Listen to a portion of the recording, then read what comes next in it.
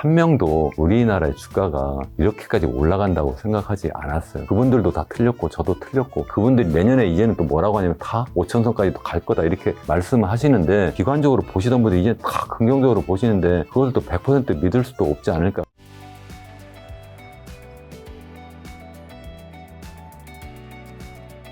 슈퍼랠리를 보였던 가장 큰 동력과 그 이후 지금 조정을 겪고 있는 상황인데 어떻게 보시는지, 일시적 조정인 걸까요? 아니면 상승세가 완전 꺾인 걸까요? 우리 국내 주식이 올해 들어서 한 60, 70% 이렇게 많이 올랐고, 지금 김 작가님 말씀하신 것처럼 최근에 와가지고 이것이 다시 조정을 좀 한 달여 이렇게 받고 있는데, 그래서 이제는 거의 꼭지까지 온 거 아니냐 이렇게 말씀하시는 분도 계시고, 아니면 내년에도 계속 올라갈 거다 이렇게 보시는 분도 계시고, 그래서 뭐 5천선도 돌파할 거고, 또 일부에서는 아예 이게 이재명 대통령 재임 기간 동안에 뭐 7,500까지도 올라간다 이렇게 주장하는 분도 계시더라고요. 근데 왜 최근에 올랐는가를 좀 생각을 해보면 앞으로 어떻게 될까도 좀 알 수가 있는데, 일단 제가 볼 때는 이재명 정부가 이제 출범한 다음에 일단 부동산에 쏠려있는 자금을 주식시장으로 옮기겠다 하고 강력하게 드라이브를 건 것은 정말 잘했다고 생각하고, 그래서 1차, 2차 상법 개정을 했는데, 무엇보다도 소액주주를 더 권리를 보장하는 방식으로 한 것은 그동안 저도 계속 주장한 우리나라의 주가가 너무 저평가된 중요한 원인 중에 하나가 바로 그거다 이렇게 말씀드렸는데, 그것을 좀 어느 정도 해소했다는 차원에서는 그래서 국내 투자자 그리고 해외 투자자들이 긍정적으로 좀 반응한 것이 아닌가 이렇게 좀 생각을 하고요. 그리고 또 한 가지 제가 생각을 해보는 것은 계속해서 또 유동성이 굉장히 많이 또 풀려났잖아요. 그래서 그것이 또 국내 시장에도 많이 들어가지 않았을까 이렇게 생각을 합니다. 그리고 연기금도 좀 많이 더 적극적으로 국내 시장에 참여하지 않았을까 이렇게 생각을 하고 있는데, 최근에 와서 이렇게 조정을 받는 것은 너무나 많이 단기간에 이렇게 올랐어요. 이렇게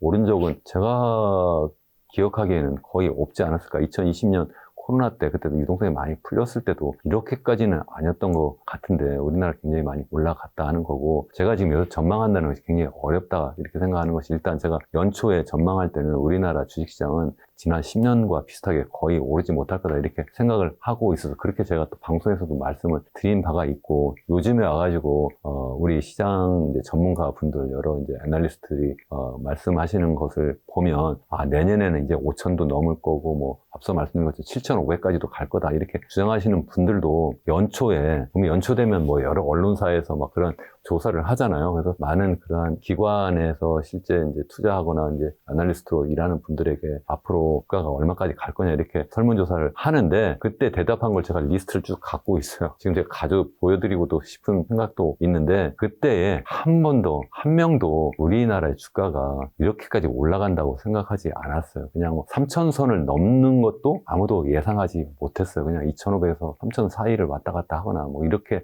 할 거다 이렇게 생각했는데, 지금 굉장히 많이 올랐으니까 그분들도 다 틀렸고 저도 틀렸고, 그분들이 내년에 이제는 또 뭐라고 하냐면 다 5천선까지도 갈 거다 이렇게 말씀을 하시는데, 그것도 연초에 그분들이 전망한 것이 다 틀렸잖아요. 그럼 또 지금 이제 다시 또 굉장히 비관적으로 보시던 분들이 이제 다 긍정적으로 보시는데, 그것을 또 100% 믿을 수도 없지 않을까. 그래서 제가 김 작가님께서 지금 질문을 하셨는데 제가 장황하게 말씀을 드리는 것은, 이건 누구도 맞출 수가 없다 이렇게 전제를 깔고, 제 개인적인 의견은 이렇게 단기간에 많이 오른 것은 도리어 더 조심스럽다 이렇게 말씀을 드리고 싶습니다. 그럼 지금 한국 경제는 지금 어떤 상황인가요? 일단 한국 경제 자체가, 우리가 보통 이제 경제를 볼 때 다른 주식시장도 마찬가지입니다만 단기적으로도 보고 이제 장기적으로도 이렇게 봐야 되는데, 단기적으로 보면 우선 올해 한 해만 놓고 보면 올해 경제 성장률이 연초만 해도 뭐 한국은행, KDI가 다 뭐 0.8% 내외 정도 성장할 거다 하다가, 가장 최근 한국은행이 발표한 자료, 지난 금통위 이후에 임금리를 이제 동결하면서 발표한 자료에 의하면 올해 경제 성장률이, GDP 실질 성장률이 1% 정도 될 거다 이렇게 발표를 했어요. 정정 발표를 했어요. 이게 더 좋아질 거다 이렇게 봤는데, 그래도 한국은행이 현재 발표한 우리나라의 잠재 GDP 성장률 1.8%보다는 훨씬 못한 거죠. 거의 절반 가까이 밖에 안 된다 하는 이야기고, 내년도에는 1.8% 정도 성장할 거다 이렇게 전망을 했어요. 그러면 그것이 바로 한국은행이 잠재 GDP 성장률이라고 발표한 그것과 거의 비슷한 수준까지 간다. 그러니까 적어도 완전 고용 상태까지 갈 거다 이렇게 낙관적으로 전망을 현재 하고 있어요. 그러나 이것은 전망은 전망이다 이렇게 말씀을 드리고 싶고, 또 한 가지 이제 물가인데, 항상 우리가 경제 성장률이 있고 또 하나 물가인데, 물가가 최근에 와서 슬금슬금 올라가고 있어요. 그래서 내년 내년도에는 더 올라가지 않을까. 그 중요한 요인이 무엇보다도 환율 요인이죠. 환율이 계속해서 이제 올라가고 있으니까 앞으로도 계속 올라갈 요인이 더 많고, 그래서 현 수준을 유지해도 시차를 가지고 이제 환율이 수입 물가에 영향을 주고, 그래서 우리나라 전반적인 물가에 영향을 주기 때문에 물가 수준은 계속 높은 수준에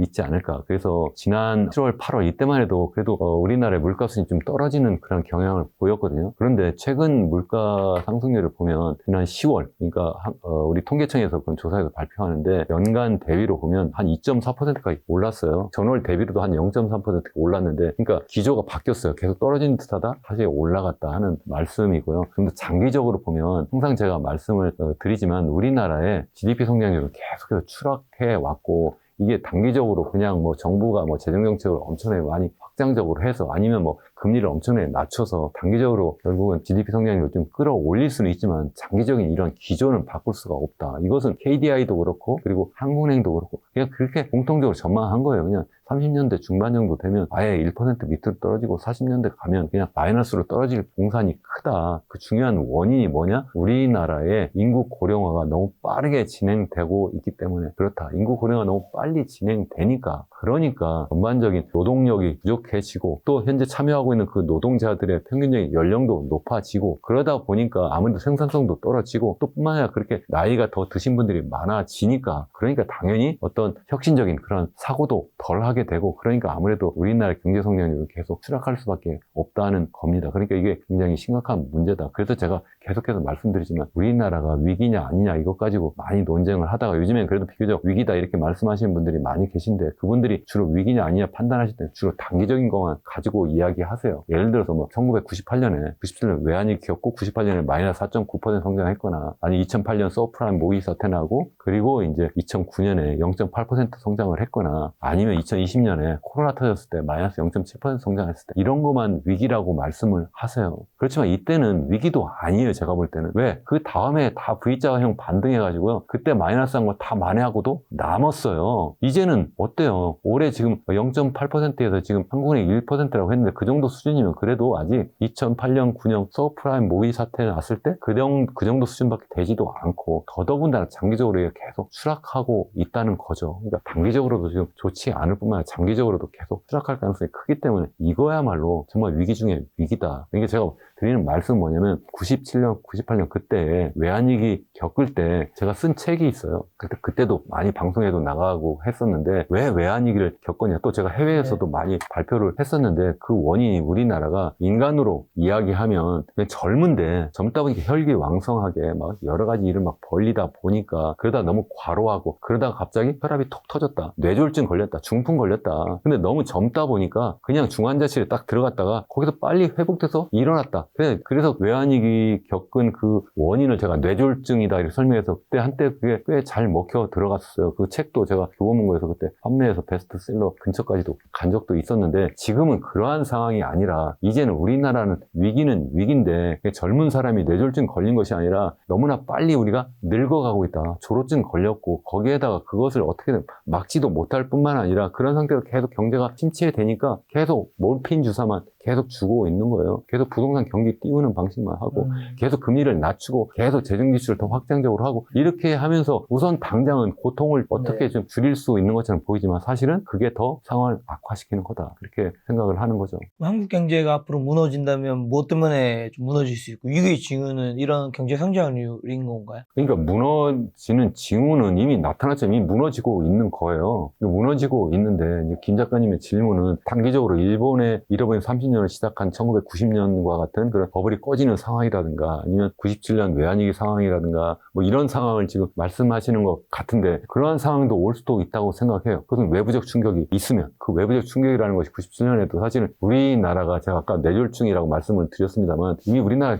굉장히 체질이 나빠진 상태에서 그냥 갑자기 외부에서 찬바람이 확 불어온 거잖아요. 그게 바로 뭐 97년부터 시작해서 연초부터 태국 바투아라든가 아니면 인도네시아, 말레이시아, 필리핀 이런 국가에서 계속해서 외환위기가 발생하게 된 거예요. 통화가치가 막 엄청나게 떨어진 거예요. 그게 우리나라와 상관없는 줄 알았더니 우리나라까지 그게 전염이 된 거잖아요. 그런 상황이 될 수도 있다는 거예요. 그게 마치 지금 트럼프가 관세 전쟁을 벌이고 있는데 그래서 전 세계가 이제 무역을 더 이상 옛날처럼 계속 확장적으로 하지 못하고 계속 축소지향형으로 가게 되면 우리나라처럼 정말 무역을 가지고 먹고 사는 나라 입장에서는 엄청난 충격이 있을 수밖에 없고, 그러한 가운데 지금 우리가 지금 버티는 것이 계속 돈 풀고 계속 재정 지출하고 통화 금리도 낮추고 통화량 더 많이 푸는 이런 방식으로 계속 하게 되면 환율이 계속 올라가고 있잖아요. 그게 지금 징표인 거예요. 우리나라 지금 이렇게 약화되고 있습니다. 그러니까 이렇게 하면 안 돼요. 이게 그냥 다시 한번 말씀드리지만 국민연금이나 아니면 서학개미가 너무나 많이 투자해서가 아니라 그게 동시적으로 나타나는 그게 결과라는 거예요. 환율이 올라가는 거고, 그리고 돈이 해외로 빠져나가는 거. 하다못해 우리 그 기업들이 해외에서 벌어들인 그 이익을 그걸 국내로 갖고 들어오지 못하고 있잖아요. 안 갖고 오고 중요한 이유가 갖고 들어오면 손해니까 그렇고, 또 실제로 투자를 해외에 할 수밖에 없으니까, 그러니까 그렇다는 거예요. 그러니까 제가 굉장히 인구 고령화도 말씀드렸지만 실질적으로 돈이 다 빠져나가고 있고, 그 빠져나가는 가운데 크게 보면 두 가지예요. 이렇게 국민연금이나 아니면 개인이 하는 이런 증권 투자, 그러다 간접 투자라고도 하는데요. 포트폴리오 투자라고도 하고, 그리고 또 한 가지가 기업들이 하는 직접 투자가 있어요. FDI라고 하는. 그 FDI가 엄청나게 빠르게 증가하고 있어요. 그게 뭐예요? 국내에서는 도대체 투자해서 어떤 이익을 낼 수 없을 거라고 생각하는 거고, 또 그게 아니래도 지금 미국에서 그냥 오라고 지금 억지로 지금 처음에 바이든 행정부 때는 그냥 당근을 줬었고, 이제는 막 채찍을 때려가면서 지금 오게 하니까, 그러니까 지금 돈이 다 미국으로 빨려 들어가고 있는 거죠. 이거는 더더욱 위험한 거예요. 왜 그러냐? 우리 국민연금이나 개인이 투자하는 것은 투자 수익을 벌어가지고 다시 갖고 들어올 수 있잖아요. 근데 기업들이 하는 그 투자는 뭐냐면, 나갈 때 그냥 단순히 돈만 나가는 게 아니라 일자리까지도 나가고요. 또 뿐만 아니라 우리나라의 산업 자체가 다 그냥 공동화되면서 나가는 거예요. 그러니까 결국 뭐냐면 우리나라의 일자리, 그리고 우리나라의 기업 경쟁력, 산업 경쟁력 자체가 약화되는 상황으로 나간다는 거예요. 그런 상태에서 기업들이 거기에서 뭐 수익을 좀 내서 어느 정도 다시 또 가지고 들어올 수도 있겠지만, 정말 현 시대에는 중요한 것은 GNP가 아니라 GDP라고 이야기하잖아요. 그게 무슨 얘기냐면, GNP는 우리나라 기업이 해외에서도 벌어들인 소득까지 포함해서 이렇게 좀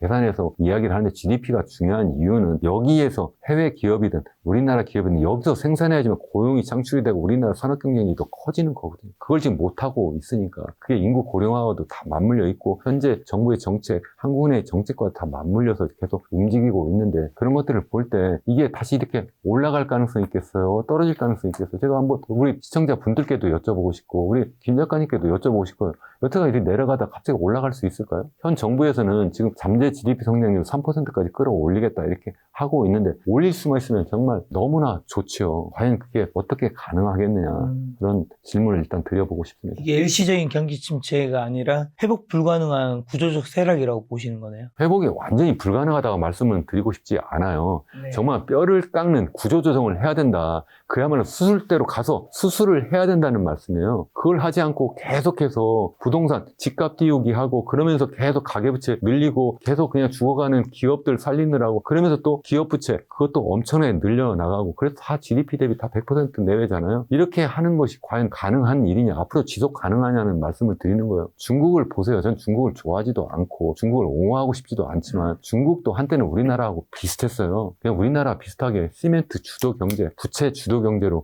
계속 경제 성장을 하고 있다가 2021년부터 공산당 정부가 나서서 어떻게 했습니까? 그냥 주택 가격을 그냥 아래로 끌어내렸잖아요. 그쪽으로 흘러가는 돈을 막아버린 거예요. 그때만 해도 우리나라나 중국이나 별 차이가 없었어요. OECD 국가 중에 우리나라만큼 GDP 대비 건설 투자 비중이 높은 나라가 하나라도 있으면 내놔보세요. 우리나라는 무려 15%예요. 그렇게 높은 나라가 어디 있습니까? 중국이 한때 그랬어요. 중국도 지금 내려가고 있어요. 우리보다 더 작아요. 그럼 그 돈이 다 어디로 갔어요? 다 미래 먹거리 투자로 가는, R&D 투자로 가고 설비 투자로 가고, 그게 바로 우리나라의 잠재 GDP 성장률을 올리는 거예요. 단기적으로는 굉장히 힘들죠. 그래서 수술 때 들어가야 된다 말씀드리고, 구조조정을 해야 된다. 그러니까 잠재 GDP 성장률을 높이기 위해서는 그러한 뼈를 깎는 구조조정을 해야 되는 거지. 지금처럼 계속 집값을 그냥 띄우는 방식으로 하고, 그래서 아직도 집값은 계속 올라가고 있고, 가계부채도 계속 늘어나고 있고, 기업들은 기업들을 계속 연명해서, 특히 건설기업들도 계속 PF 구조조정도 하지 못하고 가고 있으니까 돈이 거기에 다 묶여 있는 거예요. 이게 어떻게 계속 갈 수가 있겠느냐. 그렇게 하면 계속 결국은 언제 터지거나 아니면 계속 이렇게 떨어질 수밖에 없다는 말씀입니다. 그럼 한국의 위기를 냄비 속에서 서서히 죽어가는 개구리 비유하시던데 지금 우리가 체감하지 못한 사이에 진행되고 있는 가장 치명적인 증상은 또 뭐가 있을까요? 그게 제가 지금 전반적으로 다 말씀을 드렸는데 네. 겉으로 볼 때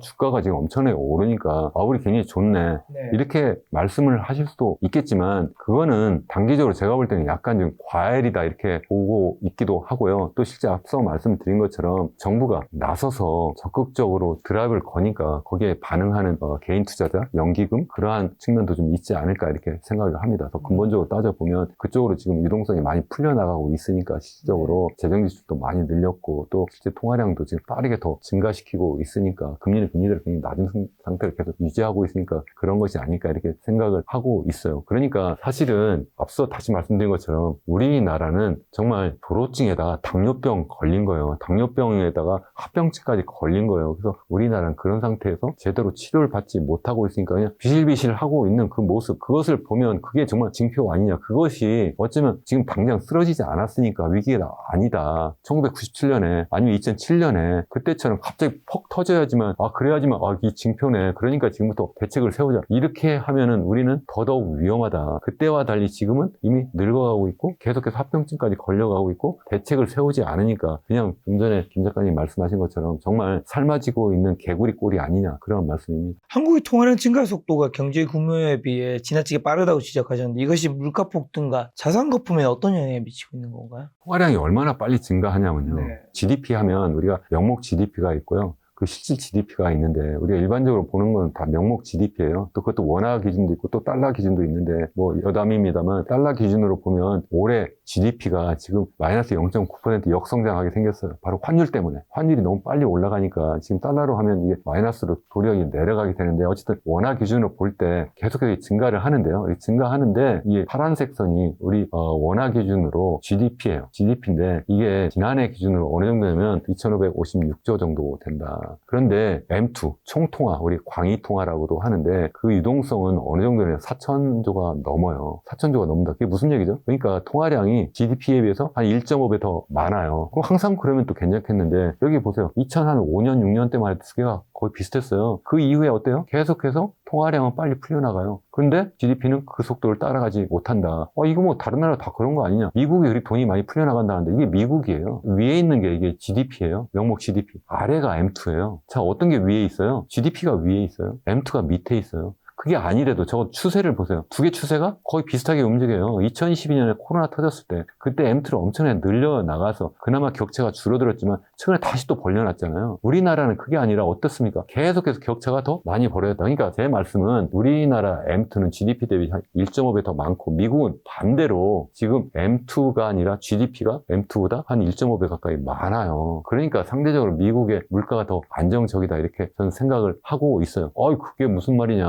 미국은 지금 물가 상승률이 한 3%가 넘는다는데 우리나라는 기껏해야 지금 가장 최근 자료만 해도 한 2.4%라고 하는데 왜 그렇게 이야기하느냐? 왜 그러냐? 미국은 우리나라와 달리 물가 관리를 안 해요. 우리는 물가 관리를 하잖아요. 그걸 감안해서 보셔야 돼요. 뭘 물가 관리를? 공공 서비스 요금. 상관없어요. 전기 요금이나 뭐 이런 것들 네. 어떻습니까? 정부가 올리지 못하도록 하니까 적자를 보면서 계속 낮은 전기값을 유지하고 있는 거 아니에요? 뿐만 아니라 뭐 여러 가지 뭐 그냥 민간 기업이 생산하는 생필품조차도 정부가 가격을 못 올리도록 계속 압력을 가해서 못 올리고 있는 거잖아요. 그것뿐만 아니라 집값도 이게 지금 억지로 찍어 눌러서 낮은 거잖아요. 집값 같은 거는 사실은 우리나라 같은 경우에는 CPI 소비자 물가 지수 계산할 때 들어가지도 않아요. 미국 같은 경우는 무려 44%나 들어가요. 그러니까 결국 우리나라 같은 경우에 이 집값까지 만약 상승률을 포함시키면 굉장히 상승률이 더 높을 거다. 그래 찍어 눌렀으니까 괜찮지. 찍어 누른 건 억지로 관리를 한 거잖아요. 물가를. 그걸 그냥 풀었다고 생각할 때 얼마나 많이 오를 거냐. 그만큼 물가 상승 압박이 굉장히 심하다는 거예요. 그래서 저는 큰 문제다. 그래서 우리나라가 겉으로 보기에는 그냥 단순한 물가 지수만 보고 우리나라 물가가 안정되고 뭐 인플레이션도 굉장히 낮고 굉장히 잘하고 있네. 이렇게 보기가 굉장히 어렵다는 말씀입니다. 자, 그리고 또 생산 가능 인구 감소 초고령화가 일본보다 훨씬 빠른 속도로 진행 중인데, 그럼 2040년대 한국 경제는 구조체적으로 좀 어떤 모습을 하고 있을까요? 이제 2040년 중반 정도 되면 우리나라의 고령 인구, 보통 65세 이상 인구 네. 비중을 이야기하는데요. 그 비중이 일본을 추월할 거로 현재 보고 있어요. 우리나라가 한 40% 이상 될 거고, 일본도 한 비슷한 정도 되지만, 그때부터 이제 그 격차가 이제 우리나라가 일본보다 더 많은 상태로 이렇게 더 격차가 벌어질 거다 이렇게 보는데, 중요한 이유가 우리나라 합계 출산율이 일본보다 훨씬 더 낮기 때문에 그렇다는 거고, 문제는 우리나라의 그 고령화 속도가 일본보다 훨씬 더 빨라요. 우리나라보다 네. 일본이 훨씬 더 일찍 고령사회, 초고령사회로 진입은 했죠. 근데 우리나라는 그 속도가, 우리나라 그 빨리빨리 정신이 여기까지 발휘해가지고 너무 빨리 초고령화가 진행되다 보니까, 그 속도가 너무 빠르다 보니까 현기증 나는 상황이 되고 거기 적응을 못하는 거예요. 한때 뭐 우리 김 작가 TV에 박상준 우리 와세다 교수 초청한 적도 있었는데, 그때 같이 대담하면서 그분이 했던 얘기 전 아직도 잊혀지지 않는데, 그분이 뭐라고 했냐면, 일본은 늙은 일본이긴 하지만 관리를 잘한 노인 같다. 관리를 비교적 잘하고 있는 거예요. 서서히 늙어가니까, 아, 내가 지금 체력이 서서히 약화되니까 여기에 적응을 잘 해나가고 있는데, 우리나라는 너무 급속도로 빨리 늙어가니까 적응도 못하고, 내가 늙고 있는지도 몰라. 내가 그냥 한때 젊었던 그 기분으로 그냥 사는 거예요. 앞으로도 뭐 네. 괜찮겠지. 이러다가 크게 당한다. 그러니까 일본은 관리 잘한 노인으로서 남을 거고, 우리나라는 관리도 못하고 적응도 잘 못하는 그런 노인으로 돼서 우리나라 여러 가지 어려운 문제가 굉장히 많을 거다. 그래서 뭐 이런 이야기 하잖아요. 우리나라의 안보의 최대 위협은 북한 핵무기가 아니라 바로 우리나라의 초고속으로 진행되는 인구 고령화, 그 근저에는 우리나라의 초저출산율 때문에 그렇다 하는 말씀을 꼭 드리고 싶습니다. 한국은행이 물가 안정세에도 가계부채와 환율 변동성 때문에 금리 인하 망설이고 있는데, 이 정책적 딜레마는 어떻게 해소해야 될까요? 이건 자초한 건데요. 그러니까 너무나 기준금리를 낮게 유지하다 보니까 결국은 가계부채가 많이 늘어났고, 금리를 계속 높지도 않아요. 제가 앞서도 한번 보여드린 그 그림인데, 한미 간의 기준금리 추이를 이렇게 보면 우리나라 기준금리가 미국보다도 훨씬 더 낮은 상태예요. 무려 1.5%포인트나 낮은 상태고, 이렇게 큰 폭으로 역전되어 있는 적이 한 번도 없었고, 이렇게 장기간에 역전되어 있는 적도 없었어요. 이런 상태가 계속 유지되다 보니까 너무나 가계부채가 많이 늘어난 거, 또 기업 부채도 많이 늘어나 있는 상태예요. 이런 상태에서 기준금리를 지금 사실은 높여야 되는 게 맞는 거예요. 높여야지만, 그래야지만 외환시장도 안정화되고요. 그래야지만 구조조정도 더 원활하게 이루어질 수도 있다고 저는 생각을 하는데, 그게 아니라 최근에 금통위 결정 사항을 보면, 이번에 기준금리 동결하기로 했는데 금통위원 6명 중에 5명이 동결을 주장을 했고, 한 분은 인하를 주장을 했고요. 앞으로 3개월 뒤는 어떻게 될 거냐, 금리 동결 전망을 3분이 했고, 인하 가능성도 열어놔야 된다고 하는 분이 3분이 있었다는 거예요. 저는 이러한 상황이라도, 저는 소수 의견으로 저는 금리를 이번에도 높여야 된다고, 제가 만약 금통위원이었다면 그렇게 주장을 했을 것 같고, 앞으로 3개월 뒤에도 금리를 높여야 됩니다, 이렇게 소수 의견이라도 내놨어야 될 것 같아요. 그래야지만 외환시장도 안정화되고, 또 사람들이 그래야지만 너무나 막 광분해서 그냥 부동산 시장을 몰려가고 네. 가계부채 늘려가지 않을 거라는 거죠. 그런 상태로 우리가 한국은행이 아니면 외환 당국이 좀 반응을 했으면 어땠을까, 이렇게 생각을 합니다. 기업들이 한국을 떠나 미국 등 해외로 공장을 옮기는 자본 탈출이 가속화되고 있는데, 이게 뭐 국내 일자리 소멸은 당연히 알고 있을 텐데, 맞물려 청년 세대에게는 어떤 재앙이 좀 될 수 있을까요?